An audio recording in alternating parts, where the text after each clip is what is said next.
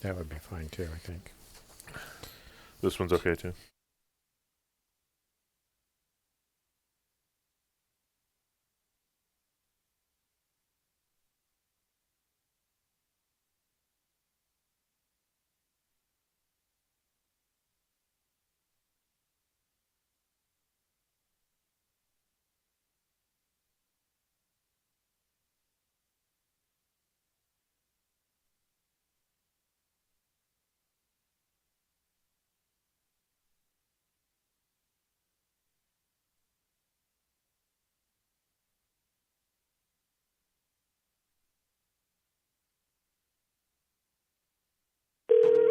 I feel very called to become a member of the Catholic Church. Love the Catholic Church. It's just the best place to be.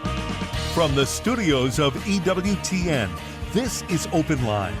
In North America, call toll-free 1-800-585-9396. That's 1-800-585-9396. Outside North America, call 1-205-271-2985. You can also send an email to openline@ewtn.com.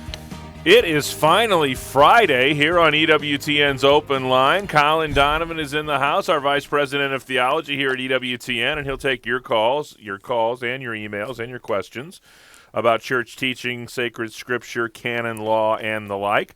The phone number is 1-800-585-9396. That's toll-free anywhere in North America.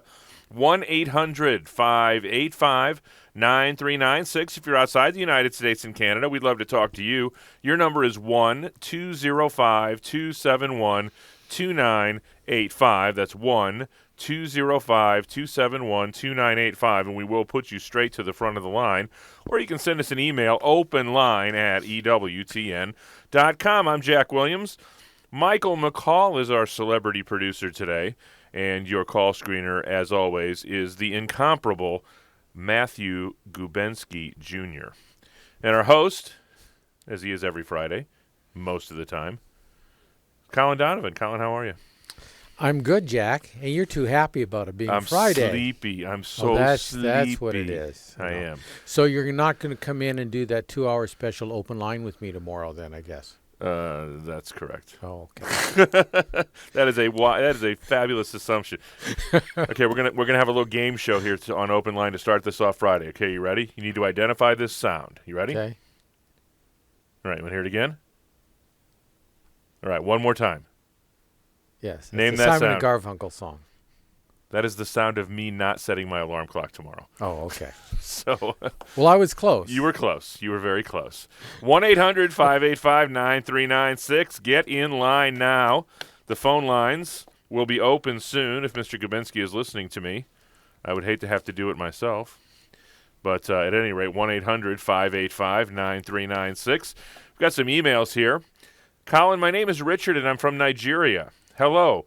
Please, I need your comment on the recent claim about John Paul II having had an affair with a married woman. I know it's not true, as it's from a secular website, the BBC. What's your take on it? And thanks for your great work there at EWTN. Well, first, they didn't actually claim that. It was more of an innuendo piece that there was very affectionate words exchanged in a letter between the Pope and this Polish-born but American philosopher who was working on the same kinds of personalist subjects that John Paul II was and knew him before he became Pope as well. And so that is mentioned, and on the basis of that, they sort of allude and create assumptions regarding what that would have meant. Everybody denies that was significant. I think part of the problem today is that we live in a very sexualized society. And frankly, I know from having been a seminarian, the idea of celibacy and of relationships between men and women that are honest, can be appropriately affectionate and intellectually rewarding, but not sexual and not violating any moral norms, is almost an inconceivable thing. And so I think this is what is at work here for much of the secular world. a life without sex is unthinkable, and therefore they project that on celibates, some of whom may very well indeed violate their promises, but even on holy people. And so we find, for instance, the homosexual movement claiming that this person or that person was a homosexual, or another thing which was popular in the 60s and 70s was to take the clear friendships between a Francis and a Clare, or between a Teresa of Avila and a John of the Cross, and sort of suggest a sexual component to that as sort of a different kind of celibate relationship that is really sexualized. And this is not at all the case historically, and it was undoubtedly not the case in John Paul II's friendship with any of the women. And he had other women with whom he corresponded and whom he had known going back to being in Poland. Mark writes, hello all. Does Colin see these exceptions for divorced Catholics blossoming into quote-unquote the norm, as did communion in the hand in the 70s? This concerns me as a Catholic. Well, there are really no exceptions being proposed. If this question is going back to, of course, what we talked about a lot in the fall and also going into this year, and that is the reform of the norms for the process of gaining an annulment, and trying to make that a little bit easier and a little bit shorter and remove some of the bureaucratic obstacles. But removing of bureaucratic obstacles does not necessarily mean, it could with bad will on the part of canonists and others, which we shouldn't presume, it could perhaps lead to violations of the process in which decrees are granted wrongly. In other situations, the Church has not suggested, and certainly the Pope has not suggested, that the communion norm be set aside. In fact, he was asked this question coming out of Mexico, and his statement was that there can be an integration into the life of the parish and communion with the Church, communion in the broad sense of that, without Eucharistic communion. And so he pointed to the example of a couple who spoke in Mexico at one of the events, exactly that, where they had divorced and remarried. They were practicing their faith. They were active in their parish, but they were refraining from using going to receiving the sacrament of penance and the sacrament of Holy Communion, precisely because they had to bring about some regular situation in the marriage. And sometimes that can take a long time, whether it's through an annulment process or gathering of evidence or so on, or other difficulties. And so I would not expect that, other than by bad will, and this has always happened anyway, by bad will any process can be manipulated to serve some personal end. But it would take bad will on the part of the couple in fraudulently presenting their case, or bad will on the part of church officials in their handling and their judgment regarding the case. I don't think we should presume that. In fact, as a general matter, we should not presume that of other people and give them the benefit of the doubt in the absence of evidence to the contrary. 1-800-585-9396 is our toll-free number if you've got a question for EWTN's Vice President of Theology, Mr. Colin Donovan. 1-800-585-9396. That's toll-free anywhere in North America. Open Line Friday with Colin Donovan. Hi, I'm Doug Keck, the host of EWTN's Bookmark, and I wanted to tell you about a new book, Praying with Mother Angelica, Meditations on the Rosary, the Way of the Cross, and Other Prayers. It's a new book that's out from Mother Angelica, and with me is Father Joseph Mary Wolf, our chaplain here. And Father Joseph, you knew Mother for many, many years, worked very closely with her, and you could appreciate this book and recommend it. What are some of the highlights, maybe a prayer you'd like to read? You know, I like it that it has her meditations on the mysteries of the Rosary, including the luminous mysteries, which were taken from her programs later, but also her meditations on the Stations of the Cross. And one of my favorite parts is her conversation with God. So it's like entering into her prayer. Mm-hmm. So here's one where Mother speaks about time, and it's more like a prayer. Life is so short, my Lord. I look at all my yesterdays and they seem so hazy, while all my tomorrows are uncertain. The only time I really possess is this tiny moment, and it passes so quickly. It is a most precious gift in your hands, and I should look at it as I would a treasure. Exactly, and as Mother always said about living in the present moment. And now is the moment for you to check out Mother's new book, Praying with Mother Angelica, Meditations on the Rosary, the Way of the Cross, and Other Prayers. You won't be sorry. It's a wonderful new book available right now. Order it today. To get your copy of Praying with Mother Angelica, log on to our web store, EWTNRC.com, and type in item 80008, 24 hours a day, 7 days a week. This is Father Joseph Mary. This is Dr. Ray Guarendi, host of The Doctor Is In. This is Father Leonard Mary of the Franciscan Missionaries of the Eternal Word. Have a blessed Lent from all of us at the EWTN Global Catholic Radio Network. This is Open Line on the EWTN Global Catholic Radio Network. If you have a question or comment, call 1-800-585-9396. Outside North America, call 1-205-271-2985 or send an email to openline@ewtn.com. Be sure to hang around EWTN Radio this weekend as we travel to Anaheim for the 2016 Los Angeles Religious Education Congress. Several of our shows will be broadcasting live from the Congress, including The Good Fight and Catholic Answers Live. To the phones we go. Our leadoff hitter today is Pat in Atlanta, Georgia. She's listening to EWTN Radio on Sirius XM Channel 130. Pat, you're on with Colin Donovan. Hi, Mr. Donovan. Hey, Pat. Thank you for taking my call. Sure. I have a question with respect to Catholic authors who write or publish books, autobiographical, of people in their lives that are still alive and have committed great sins.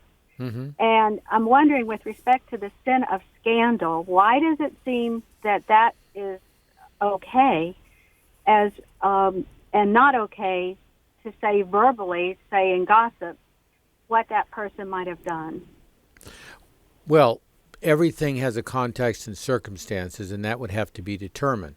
It could be okay to say it verbally, and it could be wrong to put it into print. It's just a question of the circumstances.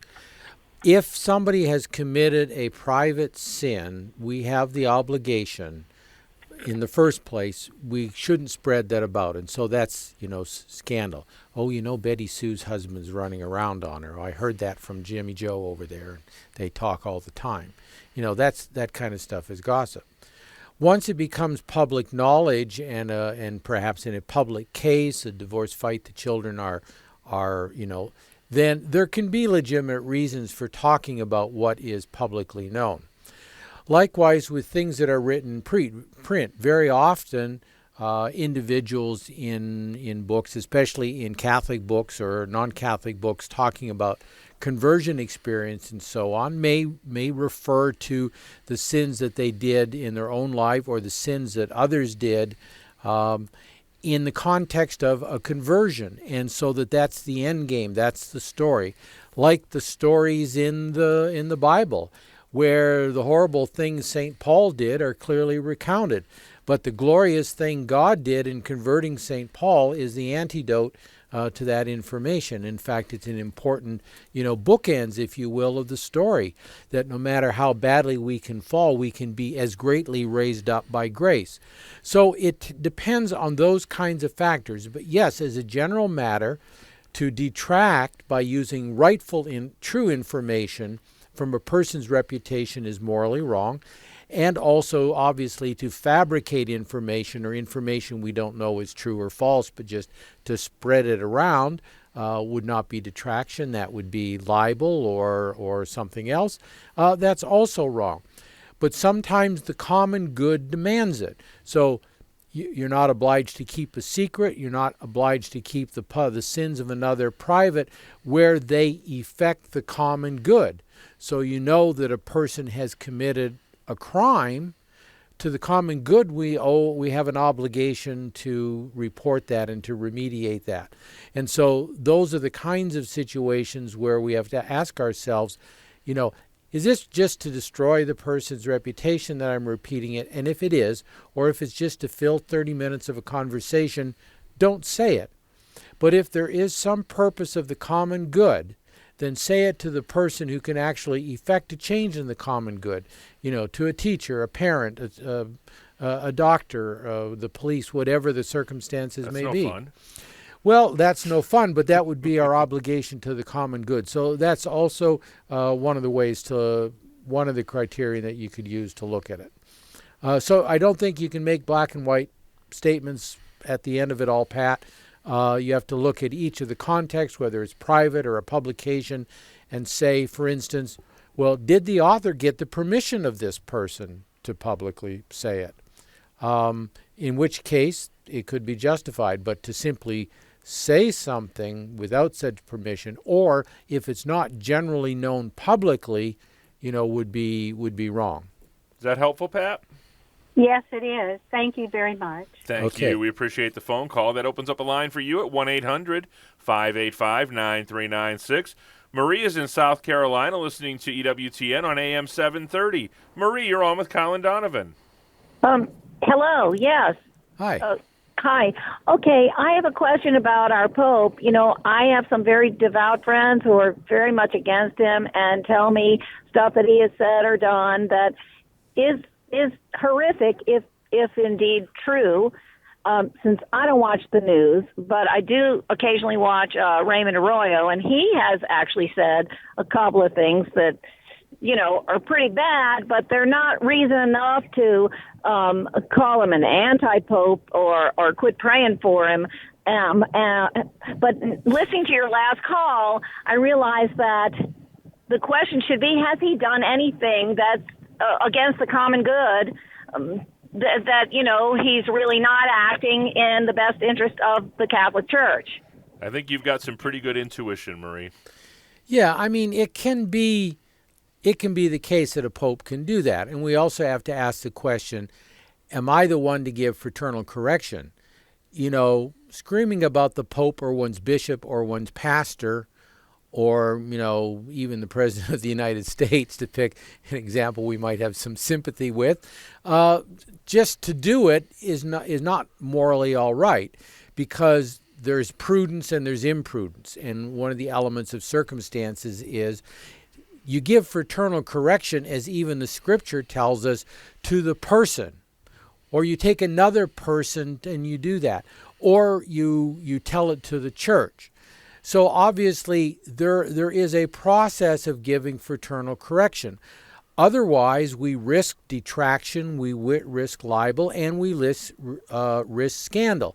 What would be the scandal here? Well, obviously, if the Pope were to say or do something which is affirmatively shown to be heretical or immoral or something of this nature, then he would be responsible for the scandal. But we also have to consider that there's something more than the man at stake here, but also the office. And I get very concerned when I hear of Catholics taking the attitude that she describes. And that is, it's fine to have reservations and to inform yourself regarding what the Pope meant, or what does the Church teach. But to simply rail into the wind regarding what the Pope said, to me, is not only useless, it's morally wrong. So what should we do, whether it's any Pope? And John Paul II caught a lot of this as well by very traditional people in the Church who did not like things that he said or actions that he took, and they were looking for every hair they could split and for every gnat they could strain against in order to find critical information about the Pope. And I think there's some of that going on with Pope Francis.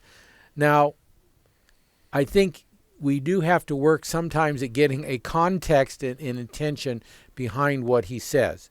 And that's an effort worth doing.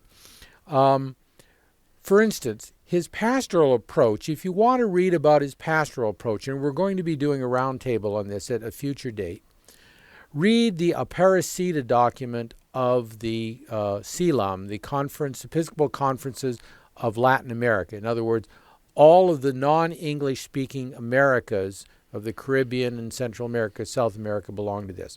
In 2007, the bishops gathered there as regional bishops groups do, and they came with this document to address the horrific pastoral issues in Latin America. Imagine what they have in terms of the criminality, the corruption, the drug trafficking, the drug businesses and cartels, the syncretism between native peoples and their ancient religions and Christianity and all these kinds of things. And so they wanted to deal with all of the issues, not to mention everything that modern culture and media and life in the world throws on us all today. And they came up with what is a really beautiful document, well footnoted to ecclesiastical documents of the magisterium, that gives a pastoral approach. And Pope Francis is basically both internally informed and lived as a archbishop in Buenos Aires this Aparecida document. Now, sometimes the language and expression of what he wants to accomplish may not be clear, but I think it's absolutely clear the goodwill and intentions behind all that he is trying to do. Not trying to destroy the church. He's not trying to reform the doctrines of the church or the discipline of the church. He may be trying to get people to see the ways in which they can be reformed appropriately, and I think he's doing that. So I think to simply rail against him or against any individual, one's bishop or one's priest, is an exercise in futility and also very imprudent. Most of us are not in a position to give fraternal correction to the Pope. And so, therefore, you have to ask yourself the question, what is the purpose of my speech? What is the purpose of my printed words directed at being critical of the Pope? And very often we can find no moral reason for it, and therefore we have no legitimate reason for doing it. And so I'm very concerned that the net effect of this, although the Pope may be in some cases responsible, having said things and not clarified them well, or not getting his intention across, nonetheless, we also can serve to undermine the authority of the papacy ourselves by not saying, well, wait a minute, let me take a breath. What's the history here? What's the Pope trying to say? Maybe he didn't say it in the best way. Maybe he's not a moral theologian. Maybe this aspect of it, if a Pope Benedict or the current prefect of the CDF or some learned professor in theology said it, they would say it, much more clearly, more succinctly, and so on. This is the kinds of questions we should ask of anybody we speak to, and not simply assume the worst and go after them as if the very worst intention or meaning that could be applied to what they said is indeed their meaning, and one that I will broadcast and promulgate to everybody that I know, and especially in a public fashion. Morally, that's simply not justified, and so it is the idea that scandal is a sufficient grounds, if scandal exists, is false. Because as Thomas Aquinas makes clear, not only is active scandal wrong by the one who did the thing that could lead others astray, the passive scandal of taking scandal shows a defect in us, because the saints do not take scandal. They realize that there by the grace of God go I, and that we are as fallen and as capable of sin, weakness, and defect as the person we are charging with scandal. So leaving the church, being angry at the church, being angry at the Pope, being angry at the messengers of all of these things is an act of passive scandal. And it is wrong in us as the scandal is in the individual who gives it. The appropriate response is fraternal correction. And the question is, who gets to give that to the Pope? The cardinals in the first place and the bishops. So personally, I'm staying out of that. Do you think it's by and large a simpler, really, solution to that? I think, especially here in America, it's really more people being lazy. Yeah, I mean, the resources, that's why I'm pointing people to the Aparecida document and trying to understand his pastoral purposes. And you see it in everything that he's done. In the Mexico visit, where the addresses were beautiful. Have we heard anything about those addresses? No. The phone interview spontaneously, which Benedict learned is a problem, and stopped doing them spontaneously, preparing for them. That's what we know about, the things which are potentially controversial and could be easily misunderstood. The beautiful things he said, we're not hearing about. 1-800-585-9396 is our toll-free number for you to ask your question of Colin Donovan, EWTN's Vice President of Theology, here on EWTN's Open Line Friday. Plenty of time for your phone calls. 1-800-585-9396. Open Line Friday with Colin Donovan.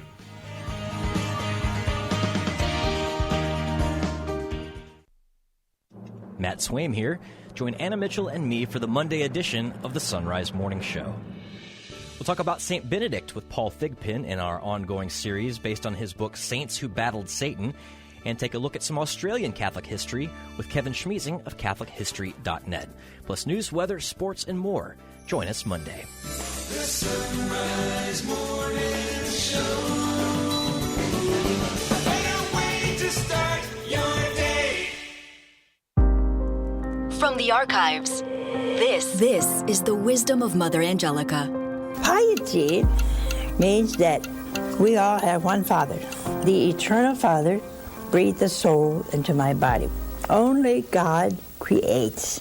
And I forget the chances that we had of ever being created. But it goes into the millions.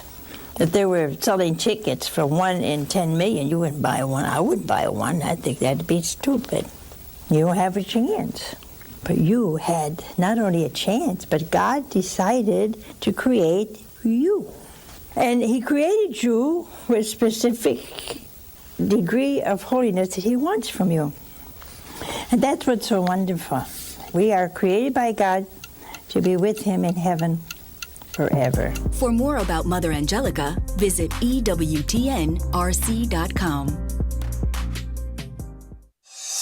GMA Songwriter of the Year Matt Maher, Deacon Harold Burke-Sivers, and Father Larry Richards are coming to the Chaffetz Arena, St. Louis, April 23rd. One Faith Experience is a unique, dynamic, full-day conference and concert event that will leave you re-energized in your faith, lift your spirit, and empower you to help set the world on fire for Jesus Christ. One Faith Experience, Chaffetz Arena, St. Louis, April 23rd. Tickets for this life-changing event start at just $15 and are available online at onefaithexperience.com. This is Open Line on the EWTN Global Catholic Radio Network. If you have a question or comment, call 1-800-585-9396. Outside North America, call 1-205-271-2985 or send an email to openline@ewtn.com. Tonight on Life on the Rock, Father Mark and Doug welcome Susan Conroy, who's the host of Coming to Christ. That's 8 Eastern tonight on EWTN Television.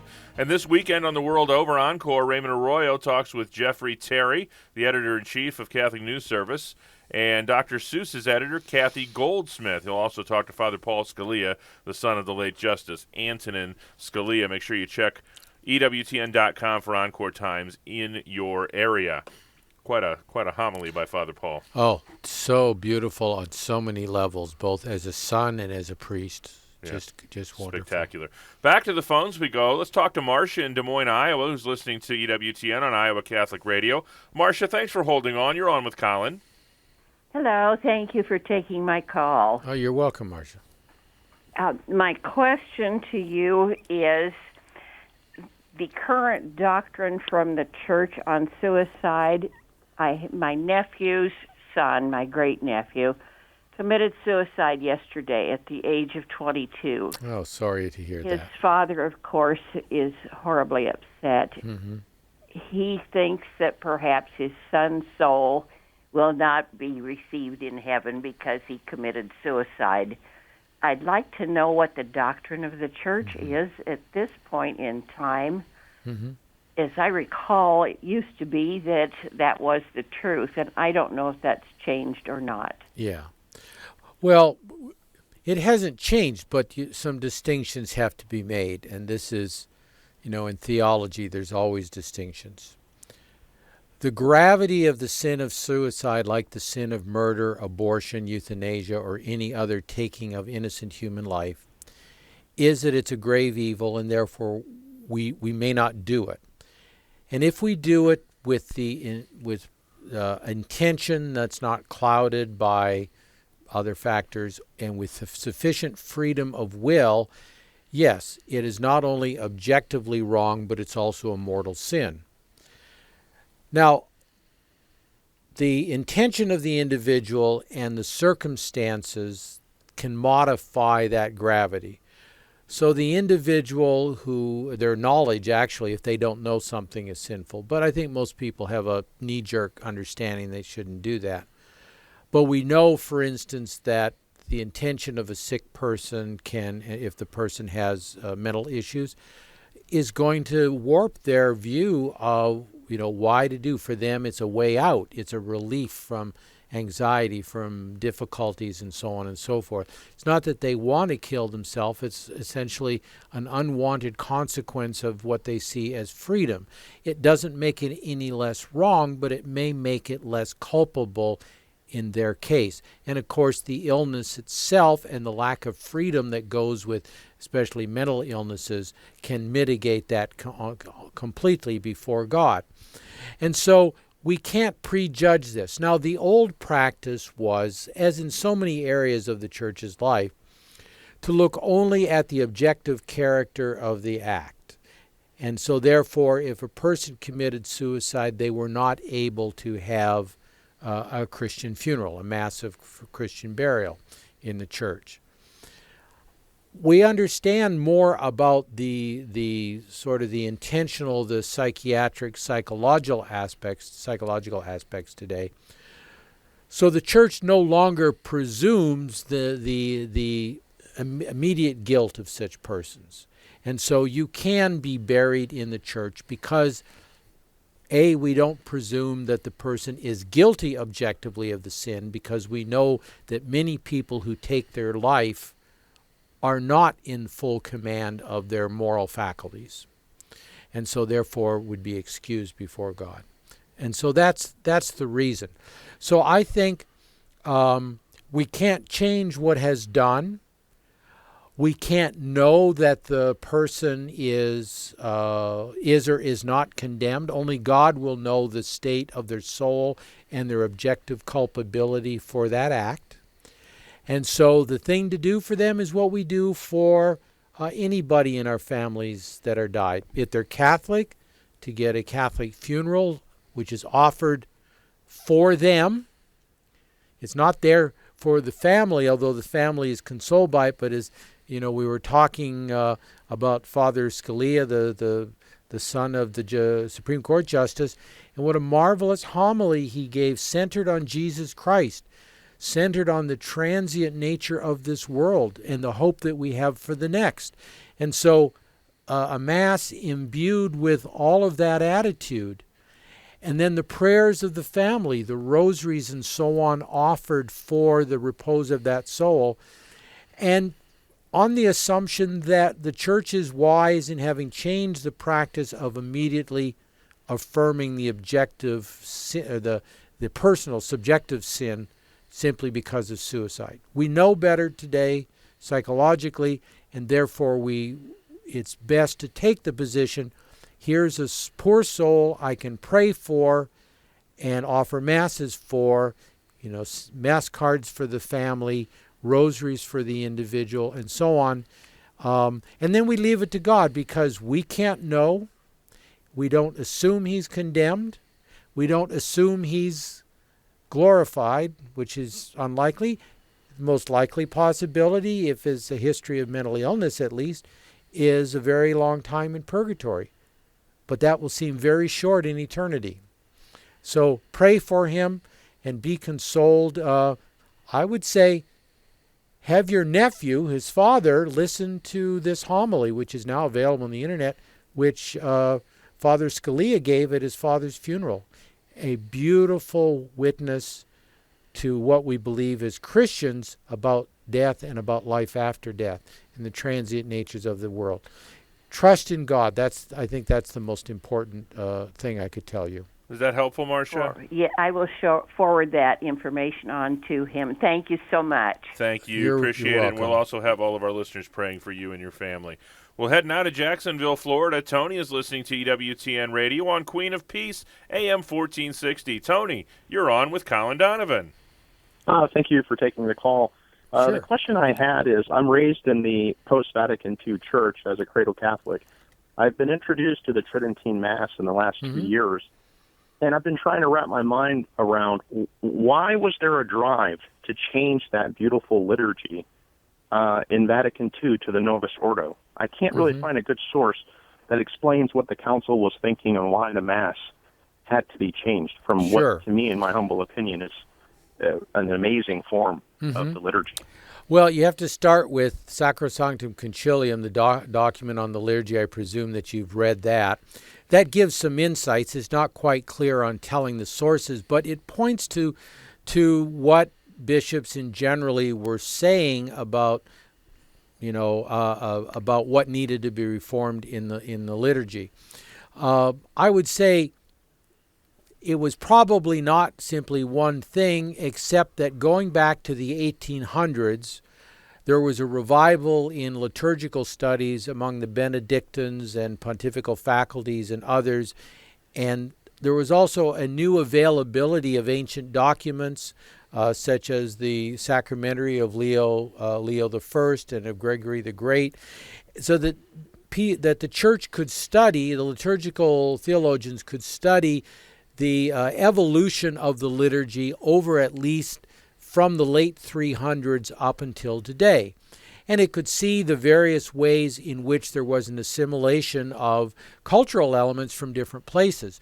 We assume today, for instance, that the Mass of 62 or the Mass of 1570 or even the Mass of 1400 or 1300 was sort of a fixed thing. It was not at all the case, and the studies have brought that out. The Roman liturgy absorbed a lot of elements from the way the Franciscans celebrated Mass, from the way it was celebrated in Gaul and is found in the ancient missals from Gaul. And so there was an evolution where in the reaches of the Church there would be some practice introduced, such as the Creed, such as the, trying to think of some other elements, the prayers of petition and so on, different things that were introduced. The Sanctus Agnus Dei, most of these are elements that were introduced into the Mass and came from different regions. And you can get a book. It's getting rather old now. The Mass of the Roman Rite by Father Joseph Jungmann, in which he goes over the history of these things and how they were introduced. So what was being considered, and this is a point that has been criticized, especially by Cardinal Ratzinger and others who were writing since the Council about what they felt had been sort of artificially done with the post-Tridentine Mass.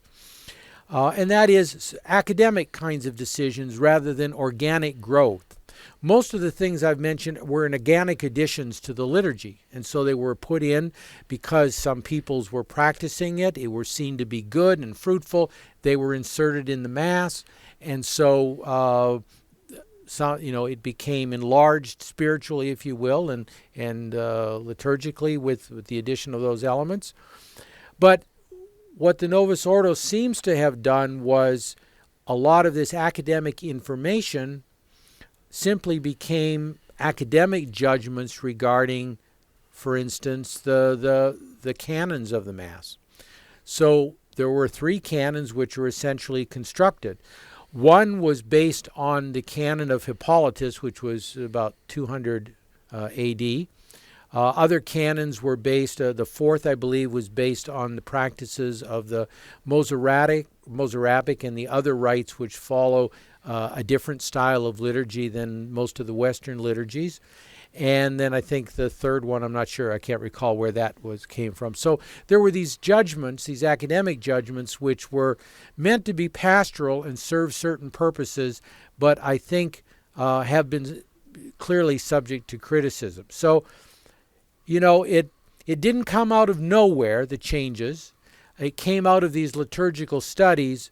But I think, as Pope Emeritus Benedict pointed out on his writings on the liturgy, some of it were sort of things introduced by academics rather than things which organically grew out of the practices of the church and then informed that. I would think today we would have to ask the question of the danger of throwing out now what we're used to for 60 years.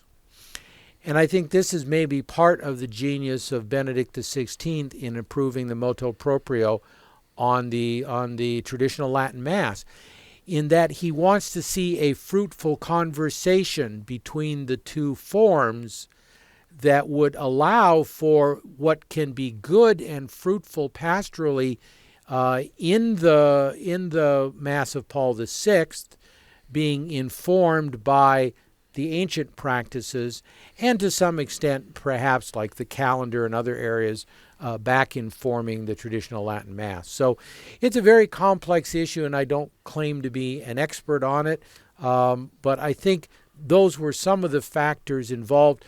Good intentions, maybe sort of unwisely implemented, but now we face the danger of doing the same thing again and throwing the baby out with the bathwater.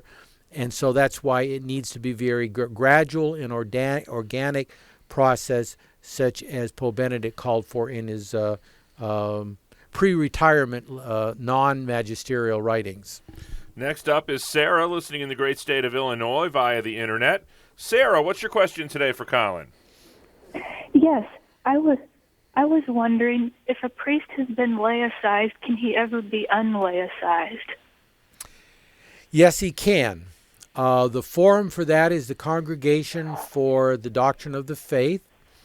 I know of one case that was going on when I was studying in Rome, of a priest who left to get married, and it didn't work out on the civil level, and he began to regret his decision, and so he applied to the Holy See in order to be reinstated as a priest with the support of his bishop. I wouldn't say he was left cooling his heels, but he had to wait an appropriate time to demonstrate the sincerity of this request, given the apparent problematic nature of his request to be laicized. So Rome will do it, but very carefully, because, once fooled or once granting something, they want to be sure that the request is honest and will be, affirmed by the life of this man. So it can be done, but there will be conditions, and there will be a wait, and there will be a testing, a probative period on that. And I assume that there are other examples of that in the church as well. I know of that one single one. What about the laicization that is imposed upon someone as opposed to one? If it's imposed for a delict, probably not. Probably if it's imposed because of crime, canonical crime, such as sexual abuse or let's say apostasy from the faith or heresy, something like that. Probably not. Does that cover it, Sarah? Yes, thank you. That was very informative. Thank you. Thank you. Appreciate the phone call. 1-800-585-9396. Still have a line open for you. Toll free anywhere in North America. 1-800-585-9396. Next up is Father Steve in Toledo, Ohio. Father Steve, you're on with Colin Donovan. Yes, thank you. A number of priests are rather concerned. The report that went to the Pope from the Synod, I'm not absolutely sure it was the final report. I'm a little confused. But they quoted Familiaris Consortio, and in that quoting St. John Paul II, he said sometimes people get into divorces, and then they get remarried. Sometimes it's not their fault. They're remarried, and they really can't get out of the situation, and they need an annulment. and he said they should go to confession and live continently, that they can go to communion, but they have to live continently, like brother and sister. And what was sent, I was talking to two canon lawyers, both of whom have masters in theology and both who have licentiate in canon law, said in effect that would be allowing divorce if, what was sent dropped the final line, the requirement to live as brother and sister or continentally. Both canon lawyers felt that would grant divorce, which would be a doctrinal change. Well, I'd have to disagree with the learned gentleman, because I think you have to avoid two things. I think you have to avoid a hermeneutic of dissent, which is, if you go simply as if the final synod document, which of course is not final, it's advice to the Pope, and we're going to get in the month of March, I understand, before Easter, we will get the Pope's apostolic exhortation coming out of that. I think, it is certainly true that if one is of the mind in some parts of the church to apply a hermeneutic of dissent to that document, then yes, what is not said will become fodder for one's own, approving in one's own conscience what probably your conscience is on the other side of the coin telling you shouldn't be doing. But I think a hermeneutic of continuity, to use Papa Ratzinger's line,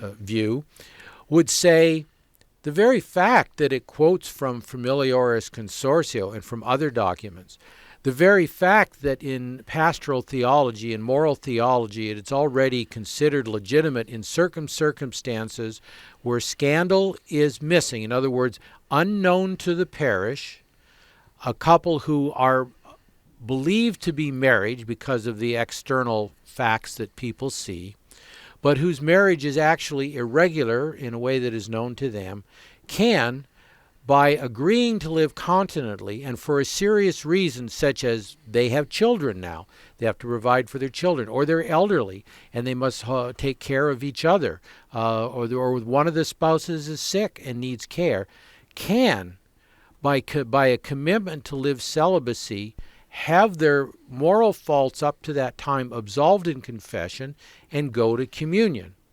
And that's pretty heavy conditions, and these are described in the moral theology of the church, and also is what you're pointing to here in Familiaris Consortio. I don't see how an honest person can say that that's now suddenly wiped away. I mean, this is boilerplate. Well, the church, the Synod Fathers took out that requirement. That's the concern, that you have to live continentally. Both canon lawyers said that. Well, what do they mean by took out? They took out 90% of Familiaris Consortio. The requirement to live continentally is the well, they have no authority to take it out. If by taking out, that's the concern. They did, though, de facto. They did when they sent the final report to the. Well, I'm quibbling with you semantically, Father, by saying this: they're giving advice. They had to pericope that section. They took it out. I think it's a judgment call as they did it for malevolent reasons. Obviously, somebody as concerned on these matters as Cardinal Pell didn't think so. Yeah. Because he stated. Dolan, too, I think. Pardon? Burke and Dolan, too, I think. Exactly. So I think it's how you want to read the document. Why would you assume that that's going to lead to a change in the doctrine? It can't. As I said, I think don't know. I don't know. This seems to me what they're recommending to the Pope, to allow them to go to communion in an invalid marriage. That's the concern. And both those canon lawyers shared that. They also said that would be a change in doctrine. Well, I think it would be, but that's not what they're saying, and that's what Pope Francis said when discussing, as I noted earlier in the program, that the couple in Mexico who were living in communion with the church, and by their pastoral activity and their participation in the life of the parish, but he said that is not necessarily requires and doesn't mean Eucharistic communion. And I think that is the mean here between a radical understanding of that being left out, and simply that you can't put everything in the document. Next up is Christina in Sugar Land, Texas. She's listening to EWTN Radio Online. Christina, you're on with Colin Donovan. Go ahead, Christina. Oh, hi, good afternoon. Thank you for taking my call. My question is, how is it okay to annul marriage between two couples without both of them being present?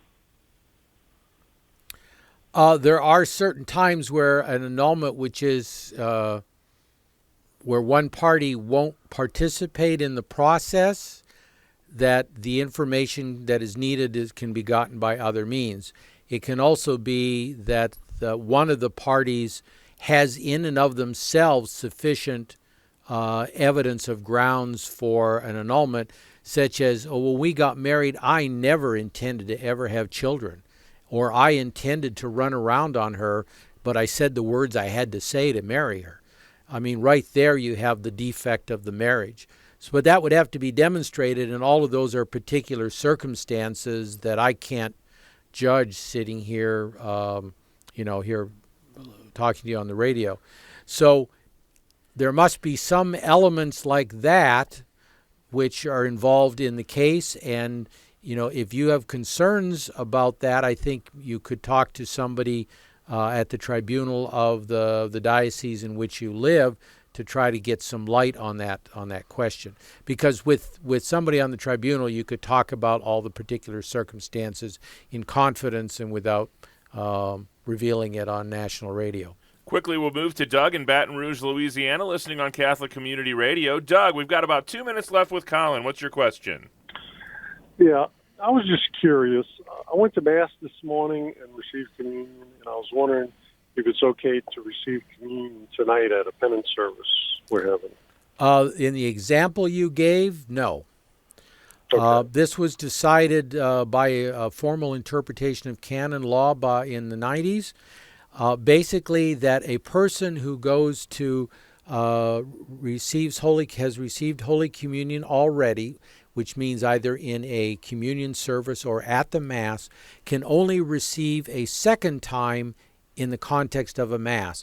And the purpose of that was that if people were going to a funeral or a marriage or something and they'd already been to Mass, they wouldn't have to ask themselves constantly or get a special permission to go to communion at that second Mass. But it specifically required that the second communion be in the context of a Mass. So your first one having been in a Mass and the second one not being a Mass, the answer to your question is no. Very unusual, I think, to distribute communion at a penance service. So liturgy of the word, essentially communion service with penance, it sounds like. But that would be unusual too. Colin, thanks for being so gracious with your time. This brings another week of EWTN's Open Line to a close. We'll be back at it again Monday with John Martinoni in the house. Tuesday, Barbara McGuigan, our pro-life warrior, will be here. On Wednesday, Father Mitch Pacwa will grace us with his presence once again and will speak many different languages. And on Thursday, Father Larry Richards will talk the new evangelization, and right back to old Colin Donovan again on Friday. On behalf of our host, Colin Donovan, our producer, Michael McCall, call screener, Matt Kubensky, I'm Jack Williams, thanking you for taking some time out of your day to join us here on Open Line Friday. We'll be back at it again Monday with John Martinoni. Until then, God bless.